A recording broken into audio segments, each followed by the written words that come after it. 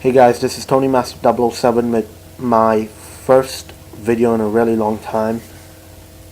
I'm a movie fan, but I don't get to go to the movies regularly because of the fact that my schedule is so tight. So, what ends up happening is whenever I do go, I always enjoy writing a review because I'm talking about movies, which I love. Um, so, with that in mind, this time I wanted to try something new. I wanted to create a movie review video, sort of like how Tom Chattelbash does it. Yeah, I'm a big Tom Chattelbash fan. And yeah, so basically I wanted to create a video review. And with that being said, this is my review of Transformers 3, also known as Transformers Dark of the Moon. Now, I saw the first Transformers film in 2007, and it was a decent film when it came to all of the technical stuff: writing, directing, acting, characters, all of that stuff. It was decent. It wasn't bad, it wasn't great, just decent. But that was just such a fun summer film that I was very happy with it. I've seen the Transformers cartoon. I can't remember most of it, but I saw it when I was young, and I thought Transformers would be a bad film, but after seeing that first one, I was like, wow, that's a surprise. In 2009, I went and saw Transformers: Revenge of the Fallen. Now, like I said, I don't get to see movies a lot, so I avoid the crappy films. Alright, so when I say this, I literally mean it. I know there's probably work out there that's crappier, and I know most of you will not agree with this, but I mean it, and it's my personal opinion. Transformers: Revenge of the Fallen is the worst film of all time. Um, Everything about it was just so subpar, and there were a few actual good moments, but that plot, I mean, I was so pissed off by the story. It didn't make any sense to me because it's so illogical, and I'm not going to get into it because this is a Transformers 3 review and not a Transformers 2 review, but I'm just saying. So, obviously, you know, if I thought Transformers 2 was the worst film of all time, I should have skipped Transformers 3. But what ended up happening was I saw the trailer for Transformers 3 and I was like, wow, it actually looks pretty good. And I said, wait, hold on, that's what I said about Transformers 2. It's probably not going to be good. But then I went online and started reading stuff about how Michael Bay knew that Transformers 2 was crap and how he basically was going to try his hardest to make Transformers 3 a really fun film, sort of like Transformers 1. And that got me a bit excited. I thought, well, it could be like Transformers 1 again, and heck, it may even be able to redeem the franchise. That's what I was thinking. So I went and saw this movie, and let me just say, it was better than Transformers 2. And that's the only good thing I could say. Just like Transformers 2, the main fault with Transformers 3 is its story. It's such a bad story, and it's such an underdeveloped story, and it's a slow story, and I don't care about anything that happens.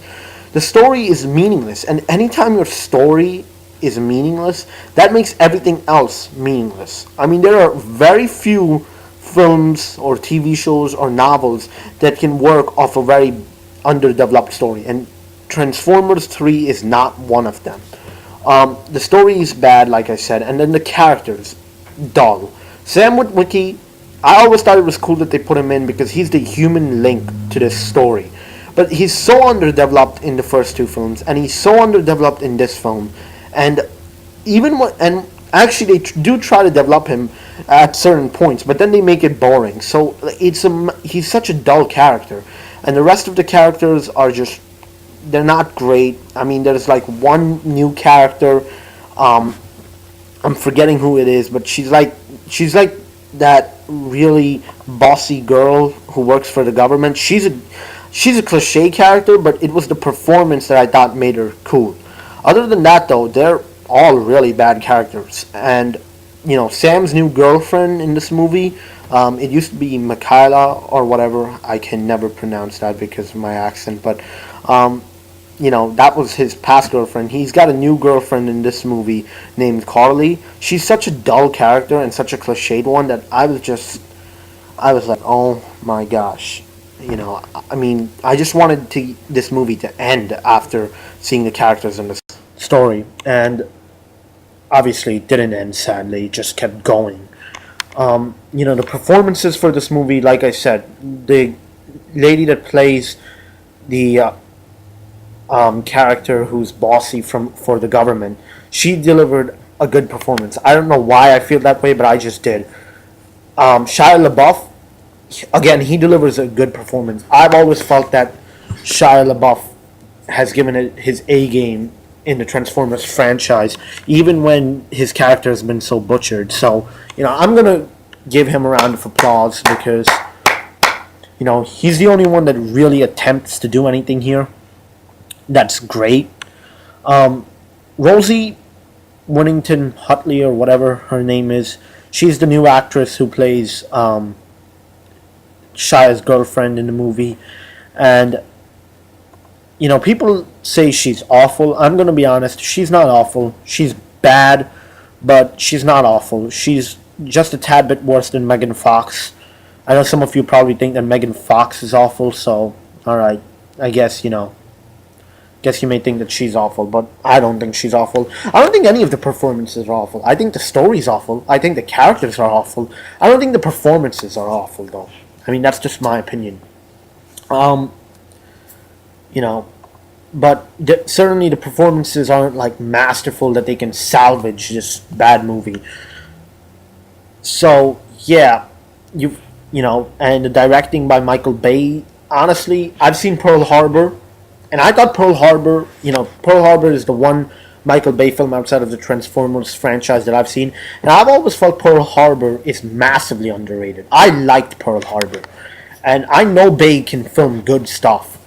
But here, it doesn't work out. And, not only does it not work out, but, I mean, some of the scenes are really bad. Like, there's this one scene where stuff is getting blown up in the background, and Rosie's character is just staring, like, away from it. And it's just, I don't even understand what Bay was thinking when he filmed that scene on any level. I mean, I want to become a filmmaker when I grow up. And, I shouldn't be just criticizing the guys who made it, because obviously they have some talent, but I have to criticize Bay here. I mean, come on. Like, that's just such a bad way to shoot it. And also, a lot of people say, well, Bay's a great action director. I'm going to be honest with you. I didn't find the action to be good in this movie. It's too long, it's meaningless, it's sort of boring, and I've always felt Bay, with action, he just sort of does it, but he doesn't really understand how action is supposed to fit the story. And a perfect example of that is the fact that he basically, to end the action, he goes through a 30-second duel between Optimus Prime and Megatron. And I'm going to be honest with you, I mean, I don't know why Bay can't ever give us a great duel between Optimus and Megatron, but, like, come on, when Darth Vader fought Luke Skywalker in The Empire Strikes Back, that didn't last 30 seconds. That lasted like a good amount of time so that we were all involved. And Bay just does it too quickly, in my opinion, and that's definitely a problem. And that's why I don't think he's a great action director. And sadly, this is my first YouTube video, so I don't know exactly that, how much to cut it and where to cut it at. So I'm just going to wrap it up now. And I'm just going to say one last thing, though. I like the Transformers world. I think there are great ideas in the Transformers world. And I want to see another film, but not by Bay. Somebody else who can truly give this world justice. Because there are scenes where I'm going, wow, what Optimus is saying here, that would make a great philosophical discussion. But because the rest of the movie sucks, I really don't care. Anyway, that's the end of this. I thought Transformers 3 was better than Transformers 2. Why? Because it didn't have all of that stupid twin stuff and all of that stuff. But it was still a very bad movie and the second worst movie I've ever seen. Yeah. That concludes our review. We're really running out of time. I'm just going to say, though, I hope to bring you guys more reviews. Leave me comments on what you thought about this review. And last but not least, the amount of stars that I give this film.